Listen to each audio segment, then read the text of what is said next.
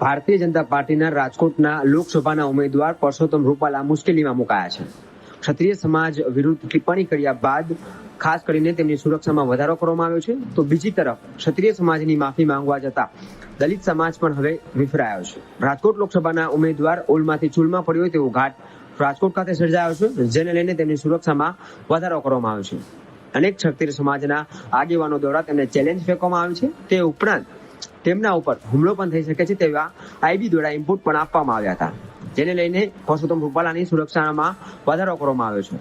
રાજકોટ ખાતેના પરસોત્તમ રૂપાલાના ઘર ખાતે મોટી સંખ્યામાં પોલીસ કાફલો ગોઠવી દેવામાં આવ્યો છે. તે ઉપરાંત આસપાસના વિસ્તારને બેરિકેડથી કોર્ડન પણ કરવામાં આવ્યો છે. તે ઉપરાંત એસપી ચૌધરી સહિતના અધિકારીઓ દોડી ગયા છે. પરસોત્તમ રૂપાલાના ઘર બહાર વધારાનો પોલીસ બંદોબસ્ત પણ ગોઠવી દેવામાં આવ્યો છે.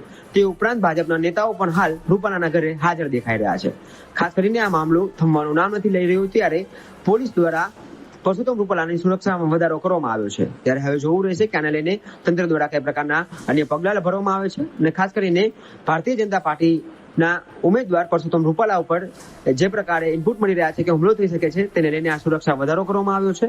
ક્ષત્રિય સમાજના આગેવાનો દ્વારા પણ જે વિરોધ કરવામાં આવ્યો હતો તેને દ્વારા પોલીસ દ્વારા અટકાયત કરવામાં આવી હતી. તેને લઈને પણ ઘેરા પ્રત્યાઘાતો પડ્યા છે, અને તેને કારણે જ હાલ અત્યારે પરસોત્તમ રૂપાલાના સુરક્ષામાં બંદોબસ્ત ગોઠવી દેવામાં આવ્યો છે, અને પોલીસના કાફલા પણ ખડકી દેવામાં આવ્યા છે.